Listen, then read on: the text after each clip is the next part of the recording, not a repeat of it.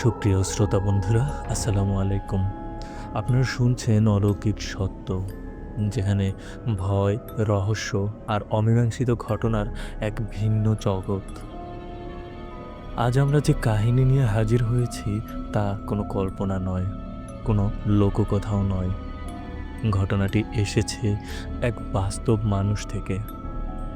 গাজীপুর কালিয়াকৈরের এক যুবক ইমরান হোসেন, যার শরীরে দেখা গিয়েছিল অদ্ভুত সব আঁচড়ের দাগ। যিনি ঘুমের মধ্যে অনুভব করেছিলেন কেউ তার বুকের উপর উঠে বসে আছে। এই রাতের গল্পে রয়েছে অশুভ শক্তি, মানুষের লোভ এবং এক ভয়ঙ্কর ছায়ার সত্য কাহিনী। আপনিও যদি চান যে আপনার অথবা আপনার আশেপাশে কারো সাথে ঘটে যাওয়া কোনো সত্য ঘটনা আমাদের সাথে শেয়ার করবেন, তাহলে আমাদের লিখে পাঠাতে পারেন ইমেইলে। আর যদি চান আপনার কথা যেন সরাসরি দর্শক শুনতে পায়, তাহলে রেকর্ড করেও পাঠাতে পারেন। আমাদের ইমেল অ্যাড্রেস alokikshotto@gmail.com। আপনাদের সুবিধার্থে ডেসক্রিপশন বক্সে আমাদের ইমেল অ্যাড্রেস দেওয়া আছে। শ্রোতাদের কাছে একটা ছোট্ট অনুরোধ থাকবে, আপনাদের মধ্যে যারা এখনও আমাদের চ্যানেলটি সাবস্ক্রাইব করেননি তারা দয়া করে সাবস্ক্রাইব করে দেবেন, কারণ প্রতিদিন আমরা আপনাদের জন্য নিয়ে আসি ভয়ঙ্কর সব ভৌতিক সত্য ঘটনা, রহস্য আর অমীমাংসিত কাহিনী। তাই যদি চান নতুন ঘটনা আপলোড হওয়ার সাথে সাথেই নোটিফিকেশন পেতে, তাহলে অবশ্যই বেল আইকনে ক্লিক করে অল করে রাখবেন। আর যারা ইতিমধ্যেই আমাদের পরিবারের অংশ হয়ে গেছেন, অর্থাৎ সাবস্ক্রাইব করেছেন, তাদের প্রতি রইল আমার আন্তরিক ভালোবাসা আর অন্তরের অন্তঃস্থল থেকে ধন্যবাদ। তাহলে প্রস্তুত হন, কারণ অলৌকিক সত্য শুরু হচ্ছে এখনই। বর্ষার রাত, কালো মেঘে ঢেকে গেছে আকাশ। দূরে কোথাও বজ্রপাতের আলো, ঝিরঝিরে বৃষ্টি জানালার কাছে টুপটাপ পড়ছে। গ্রামের নির্জন পরিবেশ আরও ভৌতিক হয়ে উঠেছে। কালিয়াকৈরের গাজীপুরের এই গ্রামটায় তখন সবাই ঘুমিয়ে পড়েছে। শুধু আমি, ইমরান হোসাইন, বিছানায় এপাশ ওপাশ করছি। কয়েকদিন ধরে আমার ঘুম একেবারেই স্বাভাবিক নেই। চোখ বন্ধ করলে মনে হয় কেউ আমার পাশে বসে আছে। কখনো বুকের উপর ভারী কিছু চাপ পড়ার অনুভূতি, কিন্তু চোখ খুলে দেখলেই চারদিকে নিস্তব্ধতা। সেই রাতে আচমকা আমার উপর ভয়ঙ্কর চাপ অনুভব করলাম। নিঃশ্বাস বন্ধ হয়ে আসছিল। আমি নড়তে পারছিলাম না। চিৎকার করতে চাইলেও গলা দিয়ে কোনো শব্দ বেরোচ্ছিল না। চোখ খুলে দেখি এক অন্ধকার ছায়ামূর্তি আমার বুকের উপর বসে আছে। তার চোখ দুটো যেন জ্বলজ্বল করছে। আমি ভয়ে চোখ বন্ধ করে আবার খুলতেই দেখি ছায়াটা সেখানে নেই। কিন্তু ভয়ে আমার পুরো শরীর ঘামে ভিজে গেল। রাতটা কোনো মতে কাটালাম। ভোরে উঠে দেখি শরীর জুড়ে অদ্ভুত আঁচড়ের দাগ, কখনো হাতের বাহুতে, কখনো পিঠে, আবার কখনো গলায়। দাগগুলো এমন যেন কেউ নখ দিয়ে টেনে দিয়েছে।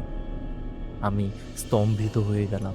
কারো তো ঘরে আসার কথা নয়, দরজা জানালা ভেতর থেকে আটকানো ছিল, কিন্তু এই দাগগুলো এলো কোথা থেকে? আমার মনে হতে লাগলো কিছু একটা অস্বাভাবিক ঘটছে। দিন দিন আমার শরীর শুকিয়ে যাচ্ছিল, খাওয়ার রুচি হারিয়ে ফেলছিলাম। রাতে ঘুম হতো না, ঘুম এলে একই অভিজ্ঞতা প্রতিদিন। বুকের ওপর ভারী কিছু বসে থাকে, দম বন্ধ হয়ে যায়, বারবার অচেতন হয়ে পড়ি। এরপর ভোরে উঠেই দেখি নতুন নতুন দাগ শরীরে। এসব দেখে আমার পরিবার উদ্বিগ্ন হয়ে পড়ল।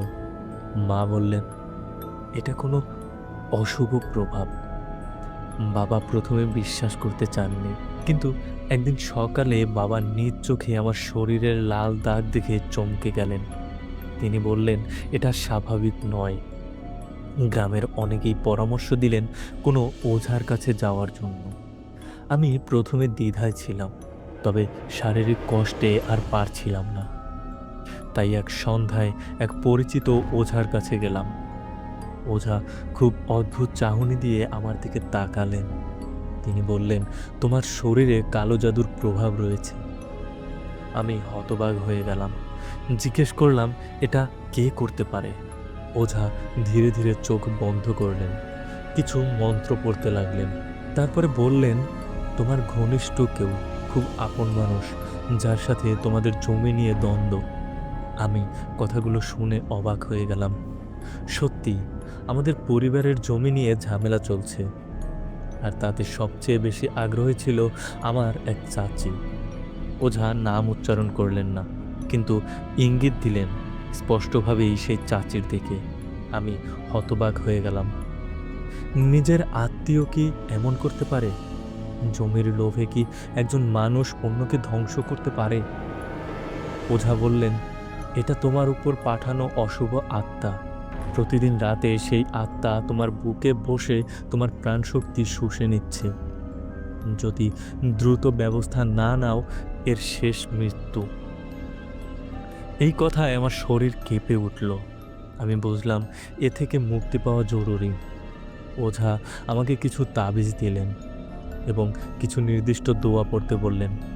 সেই রাতেই আমি ওঝার দেওয়া তাবিজ বালিশের নিচে রেখে ঘুমালাম। আশ্চর্যজনকভাবে বুকের ওপর চাপ সেদিন আর অনুভব করলাম না। তবে হঠাৎ জানালার বাইরে অদ্ভুত এক ছায়ামূর্তি দেখলাম, যেন কেউ দাঁড়িয়ে তাকিয়ে আছে ঠিক আমার দিকে। শরীরটা শিউরে উঠল। আমি চোখ বন্ধ করে ওঝার শেখানো দোয়া পড়তে লাগলাম। কিছুক্ষণ পরেই ছায়ামূর্তিটা মিলিয়ে গেল। সকালে উঠে শরীরে নতুন কোনো দাগ পেলাম না। আমি স্বস্তি পেলাম। তবে এখানেই শেষ হয়নি। পরের কয়েক রাতও অদ্ভুত ঘটনার পুনরাবৃত্তি হলো।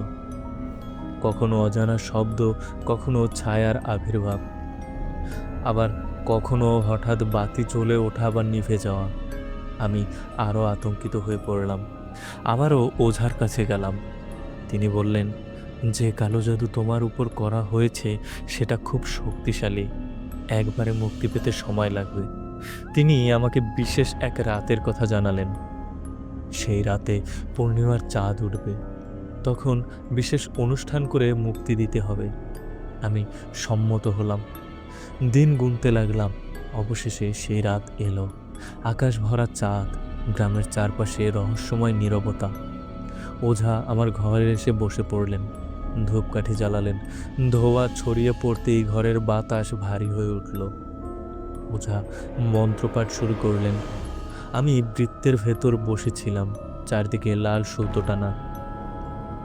হঠাৎ বাতাস জোরে বইতে লাগলো, দরজা জানালা কাঁপতে লাগলো, টেবিল চেয়ার যেন নিজে নিজে নড়ছে।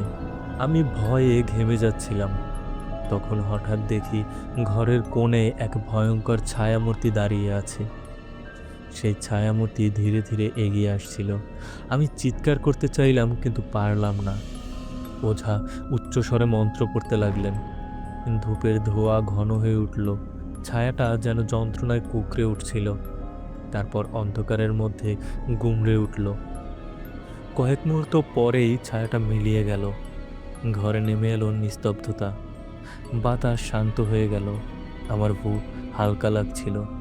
ওঝা বললেন, তুমি মুক্ত হয়েছ, কিন্তু সাবধান, তোমার আত্মীয়রা আবারও চেষ্টা করতে পারে। আমি মাথা নেড়ে সম্মতি দিলাম শুধু। এরপর ধীরে ধীরে আমার শরীরের দাগগুলো মিলিয়ে যেতে লাগলো। আস্তে আস্তে আমি সুস্থ হয়ে উঠলাম। আমার পরিবারের মুখে ফিরে এলো হাসি, তবে মনে রয়ে গেল ভয়ের স্মৃতি, যা আমি কখনো ভুলতে পারবো না। কিভাবে এক আত্মীয়ের লোভ আমাকে মৃত্যুর মুখে ঠেলে দিয়েছিল। দিনগুলো স্বাভাবিক হতে লাগলো। আমি আবার কাজকর্ম শুরু করলাম। শরীরে আর কোনো অদ্ভুত দাগ দেখা গেল না। রাতে শান্তিতে ঘুমাতে পারছিলাম। তবে ভেতরে ভেতরে সবসময় একটা শঙ্কা ছিল, হয়তো আবারও কিছু হতে পারে। ওঝার দেওয়া তাবিজ আমি সবসময় গলায় পরে রাখতাম, তাতে ভরসা পেতাম। পরিবারের সবাই সতর্ক হয়ে গেল। সেই চাচির সাথে সম্পর্ক একেবারেই খারাপ হয়ে গেল। তিনি কিছুতেই মানতে চাইতেন না, কিন্তু গ্রামের লোকজনও বুঝে গিয়েছিল ব্যাপারটা।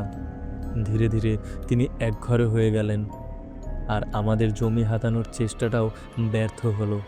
আমি ভেবেছিলাম সব হয়তো শেষ হয়ে গেছে, কিন্তু মাঝে মাঝে মনে হতো কেউ যেন আমাকে অনুসরণ করছে। বিশেষ করে রাতে একা হাঁটলে পেছনে কারো পায়ের শব্দ শুনতাম। ঘুরে তাকাতেই দেখতাম রাস্তা শূন্য। হয়তো সেটা শুধু আমার ভয়। দিন যতই যাচ্ছিল আমি ততই দৃঢ় হচ্ছিলাম।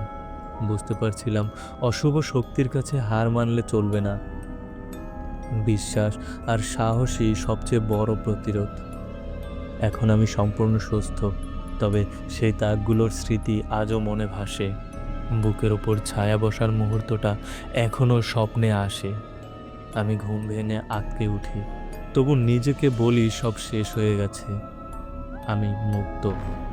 অনেক বছর কেটে গেছে, এখনো যখন রাত গভীর হয় বাতাসে অদ্ভুত শব্দ ভেসে আসে। মনের ভেতর হঠাৎ ভয় জেগে ওঠে। তখন মনে পড়ে যায় সেই অশুভ রাতগুলো। মনে পড়ে যায় সেই ছায়া, যে ছায়া আমার বুকের উপর বসেছিল, আমার নিঃশ্বাস বন্ধ করে দিয়েছিল, আমাকে মৃত্যুর দিকে ঠেলে দিয়েছিল। আর মনে পড়ে যায় ওঝার সেই লড়াই। এখন আমি যখনই ভয় পেয়ে যাই, কোরআন খুলি, দোয়া পড়ি, আর মনে করি আল্লাহই সর্বশক্তিমান। সেই মুহূর্তেই আমার ভয় কেটে যায়, বুকের ভেতর সাহস জন্মায়। শ্রোতা বন্ধুরা, এই ছিল গাজীপুরের কালিয়াকৈরের ইমরান হোসাইনের পাঠানো বাস্তব অভিজ্ঞতা। মানুষের লোভ, হিংসা আর কালো জাদুর ভয়ঙ্কর প্রভাব। এই কাহিনী আমাদের মনে করিয়ে দিল অশুভ শক্তির বিরুদ্ধে সবচেয়ে বড় প্রতিরোধ হলো সাহস, বিশ্বাস আর দোয়া। আপনারাও যদি চান, আপনাদেরও বাস্তব অভিজ্ঞতা আমাদের সাথে শেয়ার করতে পারেন। লিখে পাঠান বা রেকর্ড করে পাঠিয়ে দিন আমাদের ইমেইলে। আর আমাদের সাথে থাকুন অলৌকিক সত্যের আরও ভয়ঙ্কর সব রহস্যময় কাহিনীতে। আজকের মতো এখানেই শেষ করছি। আবার আসবো নতুন এক অলৌকিক সত্য নিয়ে। ততক্ষণ ভালো থাকুন, সুস্থ থাকুন, আর অন্ধকারকে ভয় করলেও শুনতে থাকুন অলৌকিক সত্য। আল্লাহ হাফেজ।